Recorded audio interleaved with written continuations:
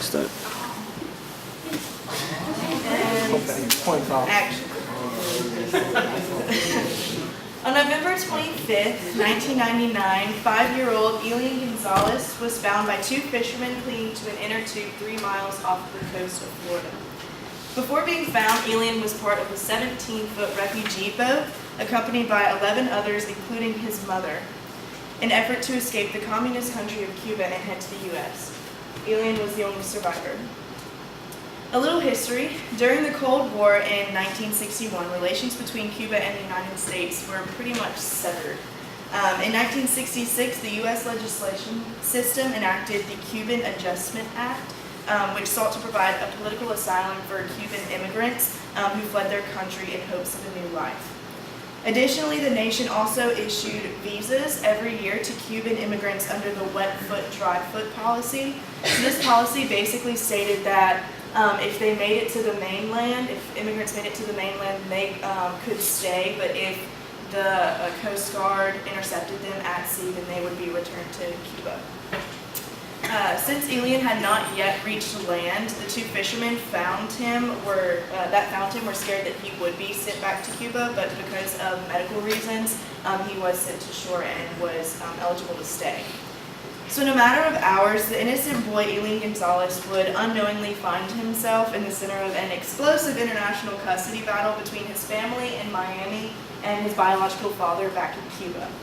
According to an NBC article, after months of legal battles, protests, back and forth indictments, and even an intervention from the Pope and Fidel Castro, the boy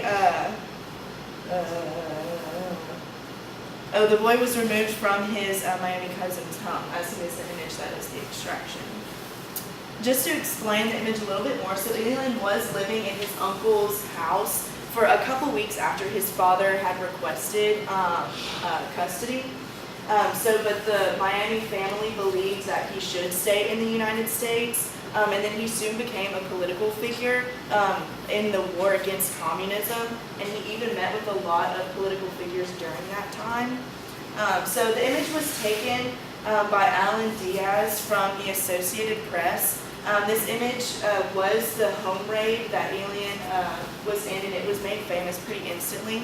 So looking at the picture, we see two Border Patrol agents with guns pointed in the direction of Donaldo Darenful, and he was actually the man that found Elian in the water. He was one of the two fishermen that pulled him out. So this image and the story of young Elian Gonzalez has been made famous for many reasons. And to further understand how this particular image touched the nation and spread like wildfire, we will be discussing the topic of refugees and borders, as well as the concepts iconic and interpolation. The global and political impacts of refugees and borders and the innocence that comes with the thought of children makes you feel responsible for the life of this child. Thanks to digital media, it seems as though we live in a world without borders, but in reality, we're far from that. Since 2001, borders have tightened, and even though from the help of social media makes it seem as if we live in a world without borders because everything is so accessible. So with borders tightening, there's been an increase in wars between countries and within countries, which results in people fleeing from those places to avoid violence and persecution. Images from these events make us feel as if we live in a world without borders because we can insert ourselves into those situations. So Sturken and Cartwright discuss how images have come to represent the larger issues of humanity, desperation, survival, and tragedy. Children are seen as iconic victims and emblems of a larger victimized population's innocence.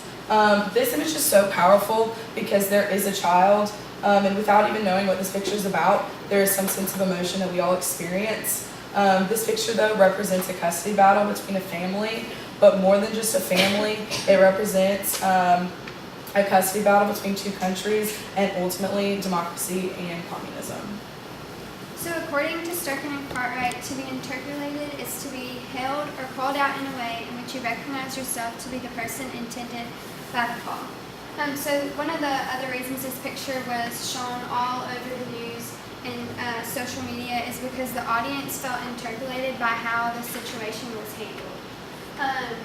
Another reason why the reason why America felt interpolated is because force was used to reunite the father and the son when most thought that that wasn't how it should have been handled. It made Americans question whether or not the government was using their power in the right way or if they were trying to abuse the power that they had. On an NBC newscast, there was a phone interview with Donato Dalrymple, which is the man that's holding Elian in the closet. He stated that he did not resist the men with the guns, and he wanted to walk out in dignity because he thought that that is what was best for the child. He also stated that it was a criminal act performed by the government. So not only did the audience feel interpolated, but Donato did also, and he felt interpolated by the use of guns and the force by the government. He also stated that guns were put right to their heads, and he also said, "What can we do against these guns?" And then the interviewer told him that the Attorney General at the time, his name was Jeanette Reno, suggested that the gun wasn't pointed toward his head in this picture. Instead, it was pointed to the side, and also that the man's finger wasn't on the trigger. Donato replied to that and said he didn't know where the man's finger was at the time, nor did he know if the gun was loaded, but he did know that they had an intent to use force where it wasn't needed. So Donato recognized himself as the subject of the tool the government was using to show power. Therefore, he felt interpolated by the gun and the government. Elian Gonzalez, which is the little boy who was found clinging to an inner tube in Florida Straits once again, became famous playing in the yard of his Miami family's home while two countries battled over his fate, and who has now graduated from a military academy in 2016 with a degree in industrial engineering, is an icon from his past, his present, and even his future. This icon relation to Sturgeon and Cartwright informs that icon is of sacred value. It refers to, in this case, someone that acquired symbolic significance. Elian is recognized as an icon and even a hero. Cuban President Raul Castro, he even recognized Elian as an important person and invited him to attend different dinners held by them, and he even attended like majority of Elian's birthday celebrations. Elian was an icon to the television, news, and all other media, as he was famous and still is for the war held by the families in conflict of custody. Because of the importance of his life after such a tragic accident took place, he will forever be an icon, a hero, and even a role model to many. He was known all around the world for what happened to him at such a young age. A 5-year-old stranded in an ocean, losing his mother while in act, and going through a custody battle with his family, taken away from his dad when that's the only person he wanted after losing his mom. He will forever catch the hearts of many and be created as an icon, a hero. He is Elian Gonzalez. So the story of Elian Gonzalez is one that will kind of never be forgotten. Even 19 years later, follow-up stories, interviews, and even a documentary, they're still being published about this young man. So they're looking at all of these elements, such as how guns and the use of force interpolated those looking at the image by those within the image, how through this incident a once scared 5-year-old boy became a hero, and how this situation was much larger than just a custody battle between families. We are able to understand how this image means so much to so many people. All of this, as well as the analysis, is important because as an audience we can understand how images can persuade, interpolate, and start conversations across countries. In general, we must look at every aspect of an image in order to truly understand what is going on during that time. And this was such a big deal not only for a father who wanted to be reunited with his son, but also for two countries with opposing views fighting to figure out what was truly the best thing to do for this young boy.